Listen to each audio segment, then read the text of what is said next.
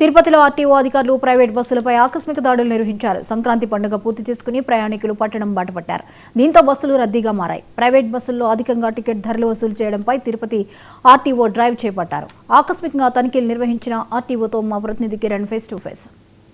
Temple city తిరుపతికి నిత్యం వేలాది మంది ప్రైవేట్ బస్సులు వస్తుంటాయి. ఈ నేపథ్యంలోనే ఆర్టీఓ అధికారులు ఎప్పటికప్పుడు తనిఖీలు కూడా నిర్వహిస్తున్నారు. ఎందుకంటే అధిక ఛార్జీల పేరుతో ఇప్పటికే ప్రయాణికుల దగ్గర వసూలు చేస్తున్నారని ఇప్పటికే సమాచారం నేపథ్యంలోనే అంటే తిరుపతి నుంచి అదేవిధంగా దూర ప్రాంతాలకు వెళ్ళి ప్రతి వాహనాన్ని క్షుణ్ణంగా పరిశీలించి అంటే ఆ వాహనంలో ఎక్కే ప్రయాణికులు ఏ విధంగా డబ్బులు వసూలు చేస్తున్నారు అనే దానిపైన పూర్తి స్థాయిలో ఆర్టీఓ అధికారులు తిరుపతిలో అన్ని వాహనాలను తనిఖీ చేస్తున్నారు. ప్రస్తుతం మనతో పాటు మాట్లాడడానికి తిరుపతి ఆర్టీఓ మురళీమోహన్ గారు మనతో పాటు ఉన్నారు.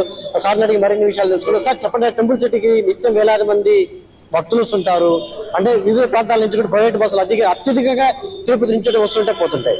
అంటే ఈ వాహనాలకు సంబంధించి పూర్తి స్థాయిలో భద్రత ఏ విధంగా ఉంటుందంటారు సార్? ఇప్పుడు ఇన్ని రోజులు తనిఖీలు చేశారు, ఆ తనిఖీలో ఏమి మీరు కనుక్కుంటారు? అందరికీ నమస్కారం. ముఖ్యంగా టెంపుల్ సిటీ తిరుపతి లాంటి పుణ్యక్షేత్రానికి వచ్చే ప్రయాణికుల్ని మేము ప్రయాణికుల్లాగా మేము భావించట్లేదు. వాళ్ళని మహాభక్తులుగా పరిగణించి వారి యొక్క భద్రతని వారి యొక్క సురక్షిత ప్రయాణాన్ని దృష్టిలో ఉంచుకొని ముఖ్యంగా ప్రతి ఒక్క ట్రావెల్స్ యాజమాన్యంతో ముఖ్యంగా ఈ ట్రావెల్ ఏజెంట్స్ తో మేము అనేక సమావేశాలు నిరంతరము క్రమబద్ధంలో నిర్వహిస్తూ వారికి అనేక రకాల సూచనలు ఇస్తున్నాము.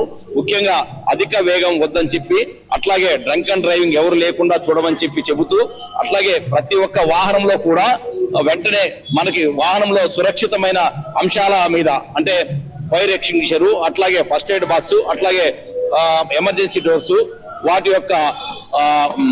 వాటిని పరిగణలో తీసుకొని ఆ యొక్క భద్రతా అంశాల మీద మేమంతా కూడా వారికి మరొకసారి ప్రతి నిత్యము వారికి మేము హెచ్చరించడం జరుగుతూ ఉంది. ముఖ్యంగా ఈ యొక్క ఎగ్జార్బిటెంట్ అంటే సంక్రాంతి పండుగ నేపథ్యంలో అధికంగా బస్సు ఛార్జీలు వసూలు చేయవద్దని చెప్పేసి గవర్నమెంట్ ఇచ్చిన ఆదేశాల మేరకే కాకుండా అట్లాగే మా యొక్క ట్రాన్స్పోర్ట్ కమిషనర్ శ్రీ మనీష్ కుమార్ సిన్హా గారి ఆదేశాల మేరకు RTGS real time governance system చాలా ఎక్సలెంట్ గా మానిటర్ చేస్తా ఉంది. ఆ ఫేర్ మానిటరింగ్ సిస్టమ్ ద్వారా రెగ్యులర్ గా మనకు ఫేర్ చార్ట్స్ వాళ్ళు పెట్టడం జరుగుతూ ఉంది. అట్లాగే మేము మా మోటార్ వాహనాల తనిఖీ అధికారుల ద్వారా అభి బస్ అట్లాగే రెడ్ బస్ యాప్ల్లో ఏ వాహనాలు అయితే ఎక్కువగా ఉన్నాయో అవన్నీ కూడా చూసి మేము వాటికి వెంటనే ఇంటిమేషన్ ఇస్తున్నాము. అదే కాకుండా నిరంతరం జరిగే తనిఖీల్లో 10 రోజుల నుంచి ఒక 24 బస్సుల మీద కేసులు నమోదు చేసి 2,40,000 రూపాయల అపరాధ వసూలు చేస్తూ వాటిని కాసేపు ఆపి వాళ్ళకి కౌన్సిలింగ్ ఇచ్చి నెక్స్ట్ డే అటువంటి తప్పు జరగకుండా చూడాలని చెప్పేసి వారికి హెచ్చరించడం జరిగింది. మిగతా 28 కేసులు కూడా నమోదు చేసి వాటి ద్వారా దాదాపుగా 1,00,000 రూపాయల అపరాధ వసూలు చేశాము. మీరు చెప్పినట్టుగానే ఇప్పుడు అభి బస్ కావచ్చు, అదేవిధంగా కొన్ని ప్రైవేట్ సంబంధించిన యాప్స్ ఉన్నాయి. ఈ యాప్స్ ద్వారా అంటే 10 నిమిషాలకి బుక్ చేసుకునే లోపలే మరీ రేట్లు దాన్ని పెరిగిపోతా ఉండడము, దీన్ని ఎలా అరికట్టాలనుకుంటారు? జనరల్ గా మీరు చెప్పినట్లు ఆ యాప్ ను అంటే ఈ ట్రావెల్ యాజమాన్యం ద్వారానే పదే వాళ్ళని హెచ్చరించి వారికి మనం రెడ్ బస్ వారికి సందేశాలు పంపడం జరిగింది.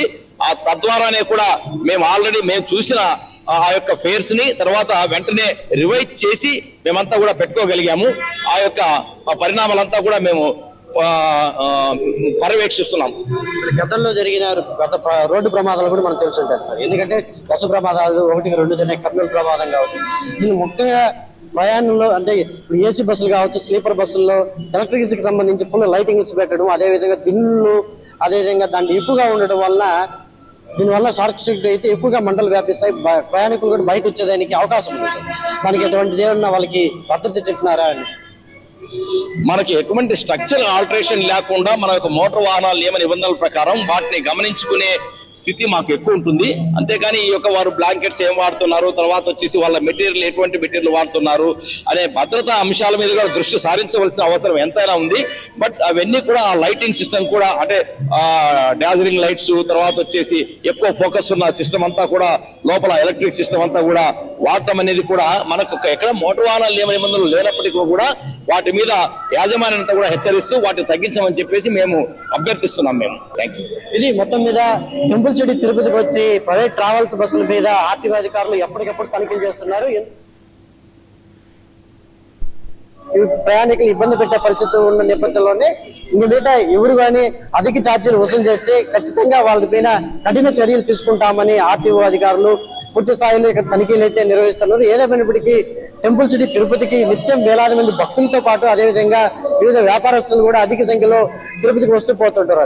అందుకే పూర్తి స్థాయిలో ఎప్పటికప్పుడు రోజు అంటే ఆర్టీఓ మురళీమోహన్ అధికారులతో పాటు అదేవిధంగా రోజు నిత్యం ఇలా ఏదైతే వాహనాలు ఉన్నాయో ఇవన్నింటినీ తనిఖీ చేస్తూ కూడా ఎప్పటికప్పుడు వాళ్ళని కట్టడి చేస్తామని చెప్పేసి తిరుపతి ఆర్టీఓ మురళీమోహన్ గారు చెప్పే పరిస్థితి కనిపిస్తాం. కెమెరా పర్సన్ జేపీతో కిరణ్ 99 టీవీ తిరుపతి నుంచి.